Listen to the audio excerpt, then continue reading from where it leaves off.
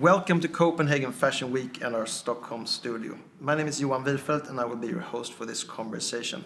Next to me are Joel Urwitz and Hampus Bernhoff, the co-founder and creative director of Swedish fashion brand Schnaydermans. Welcome. Thank you. Thank you. So today we will discuss your new collection called Outsiders, which, as your mission statement claims, is about how to explore life in the periphery and how to find inspiration in the thrill of otherness. But first, let's just talk a little about, more generally, about Schnayderman. So this is the first time you're presenting a collection at Copenhagen Fashion Week, right? And for those who aren't familiar with Schnaydermans from before, what do they need to know about the brand? So I started Schnaydermans around 2012 with two friends, and at that time we felt there was a lack of a really good shirt brand that was more focusing on casual fashion shirts, and not like in Sweden there was at that time a lot of like business shirt brands. So we started as a shirt brand, and since then we have developed. And today, a couple of years later, I met Hampus, and he came into the company. And together with Hampus, we have developed Schnaydermans to be more than just shirts. Today we do full of collections, and with a focus on shirts. And that, I mean, that's like our heritage. But today we're a men's brand. Focusing on a lot of the wardrobe essentials, I would say. And none of you is called Schnayderman. So where does the name of the brand come from? So the name, it's like Schnaydermans is like a common, not common, but it's like a last name, and it has to do with my and my co-founder's roots. We're all descent from Eastern Europe, where you spoke Yiddish, which is language, and Schneider means tailor in Yiddish, as it does in German. And that was like if you were a tailor, you had that last name. You wear that last name. So we wanted to have like a fling to that history. So Schnaydermans became our name, and the rest of the brand, I would say, is more contemporary. But we wanted to have something that was relating to that. Mm-hmm. So the theme for the collection you're showing here at Copenhagen Fashion Week is Outsiders. And when I met with you before this talk, you mentioned that this outsider theme is about you and your identity in the world, but it's also sort of like a reflection on fashion and style, and where you see Schnayderman's place in the fashion industry. So can you elaborate a little on that? No, I think Outsiders for us has always been a theme that's been close to heart. I personally feel as an outsider quite often, and especially in the beginning in the fashion industry. I came from I studied economics after my A-levels, and that was I realized when I was finished with that wasn't at all what I wanted to do. So I started fashion, and when I started St. Martin's after my studies, I really came into that whole art scene as an outsider, which was really good actually, because it made me approach things from a different angle, and I think I've always kind of carried that with me since then. So. And for us as a company, we have that kind of a approach to everything that we do. I wouldn't necessarily say that we're outsiders per se, but we definitely want to carve our own way through this industry. And what about you, Joel? Because you're originally a lawyer, right? And yes. Then you came into fashion. Yeah, I didn't have. I had in my family like in fashion from way behind, but I also came in just out of curiosity. I always loved fashion, but I didn't study it, so it was something I came in from that angle, and also felt like a little bit like an outsider. I didn't know how to act, or what was the not the right way, but the common way to build a brand. So I always felt when starting Schnaydermans like a little bit of an outsider, and had to learn, but also, as Hampus said, do it in our own way. So we have never really, want to just take that path that so many does, but instead, carve our own path. And so that's something that gives this collection an extra dimension, I would say. Yeah. And building on that theme, then you have done a film for the presentation here at Copenhagen, and I think we're gonna have a little look at that and watch a clip from it, and then we come back.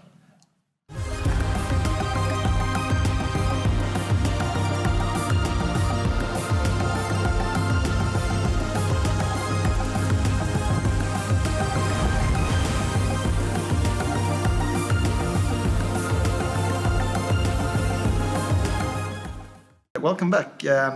Nice film, nice clip.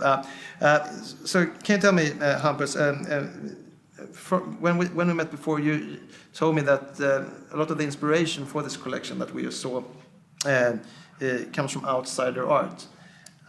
So what are your biggest influences for the collection in respect to that? And can you also elaborate a little on outsider art in general for those who might not be familiar with the term?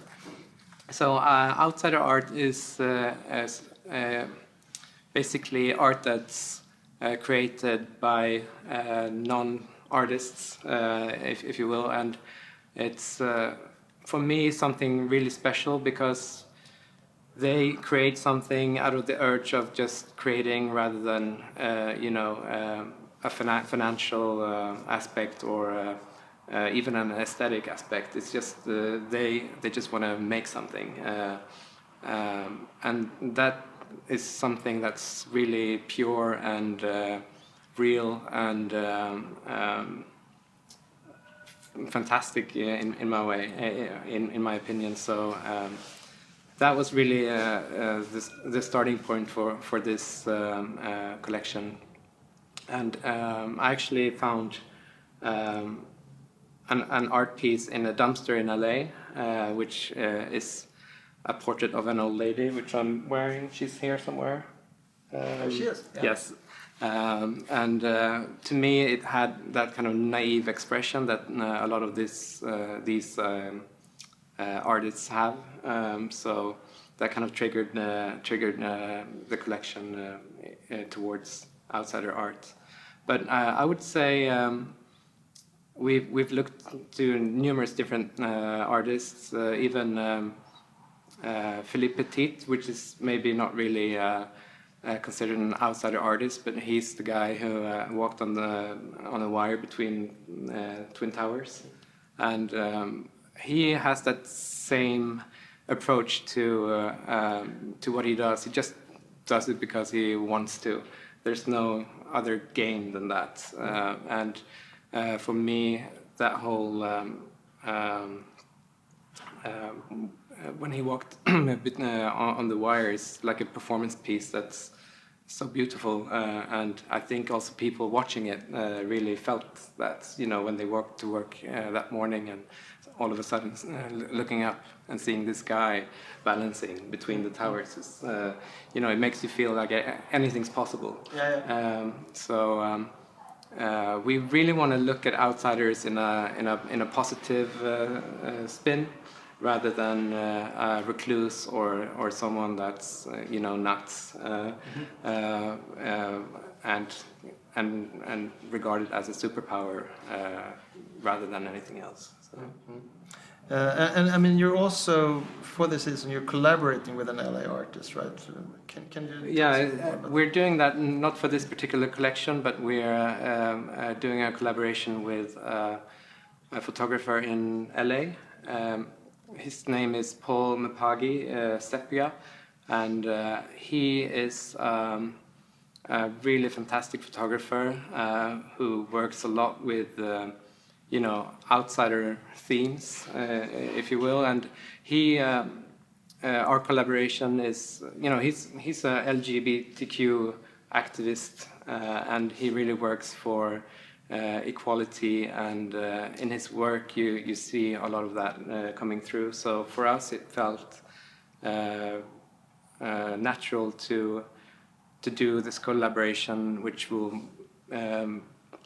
add to something meaningful rather than just fashion.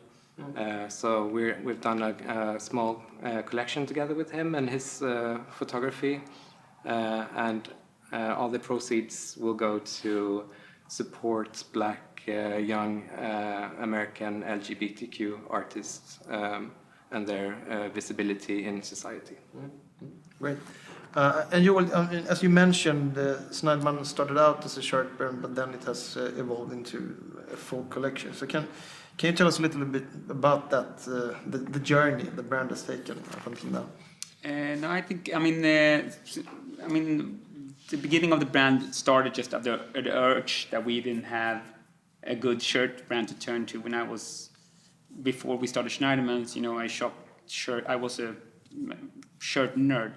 Now I developed into being a nerd of a lot of different garments. But at that time I was just, into very much of shirts, but I couldn't really find that, that shirt I was looking for. I traveled, you found it at that time you didn't have the internet. It wasn't as developed as today. You can buy anything from anywhere. But so you traveled, you bought stuff. You were in America, you bought it from some American brand, or you were in Asia. But we didn't really find that go-to place. So that's why that was the beginning. So we started this shirt brand. And then, after doing shirts for a couple of years, even if your customer, gets tired of it, you at some point feel like you want to do something more.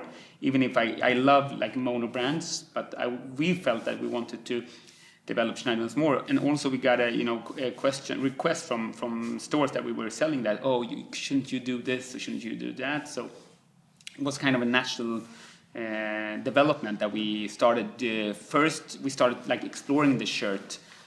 We were quite early doing the overshirt. That's like a garment that you can find in a lot of collections these days. And then we had everything we did was something that had to do with the shirts. We did like a coat shirt. We did a woven T-shirt. So everything was like in the shirt fabrics. But at some point, I think both me and Hampus felt that we were like turning ourselves inside out to do, everything that had to do to a shirt. We felt, why just don't do, whatever we want, basically. So, and something that could complement the shirt very well. So that was another development. And, I think the second thing we did was like a really good jersey program. It was nice to have.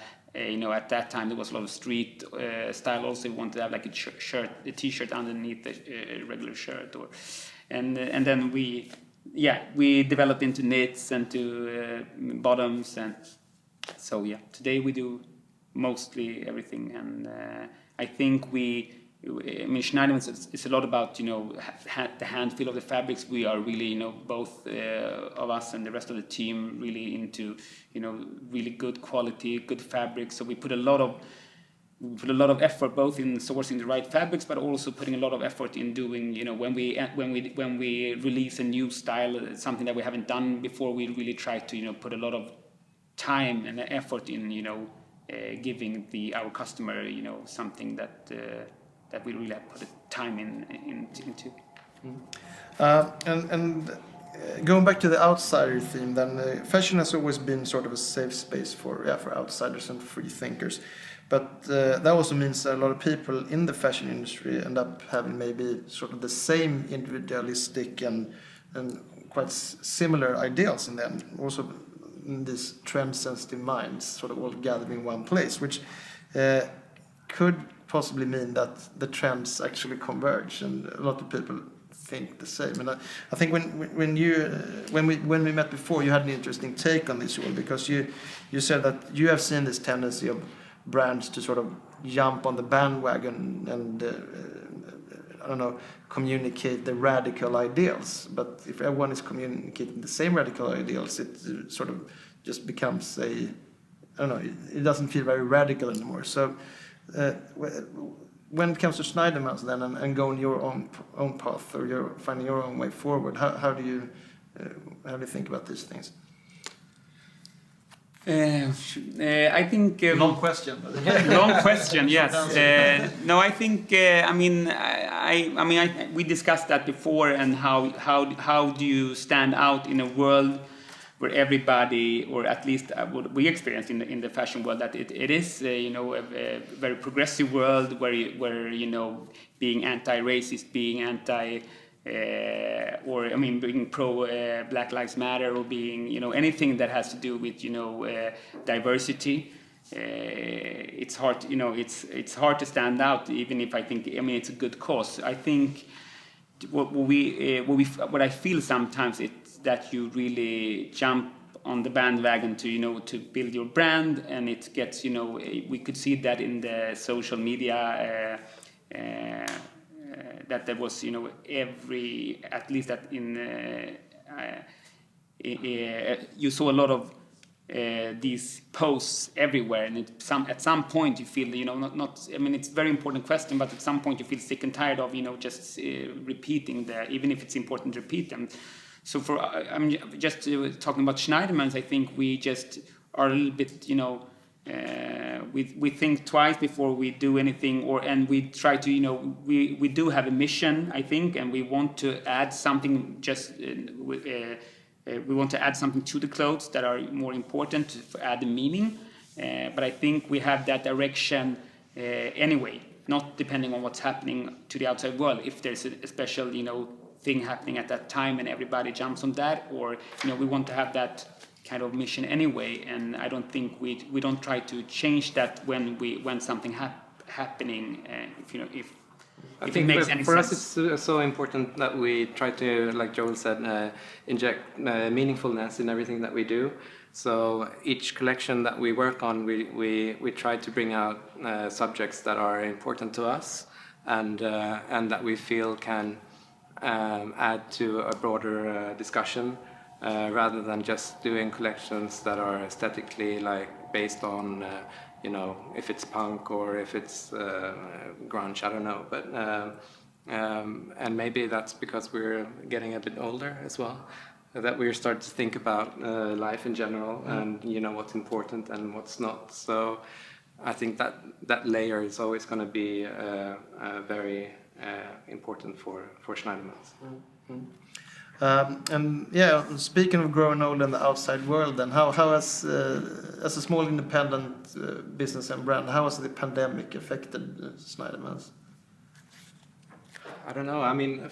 Has it affected you? No, of course it has. I think everything that was difficult before has gotten more difficult. But we are, a small team, so we try to work together as much as possible. But of course, our suppliers and the people around us have been affected very much. So we're struggling with delays a little bit, and but what can you do? Yeah, I think you probably know more about also your designer's perspective, but from a more business perspective, I think like a lot of people in the industry have gone more towards online business. Of course, we're having a lot of stores closed, both our own and our retailers. So in that sense, I think we had to develop more of that, and I think that's been a good thing for us. I think the good thing that has come out of this pandemic is probably that a lot of the things that this industry needed to move forward in have done that in a faster way than it hadn't without the pandemic, and I think a lot of the things will stay this way, or even after we're done hopefully with this pandemic soon. Yeah, I guess this sort of hybrid fashion week that we're in now in Copenhagen is a good example of that. So and what do you think will come out of it then? A more sort of digitalized fashion world? Could it also mean a more democratic fashion world, you think? I think so. We talked about that a little bit, but just looking at the fashion week, I think we will see with this kind of hybrid, or this Copenhagen one is a digital only fashion week. I think we, as a small independent brand, get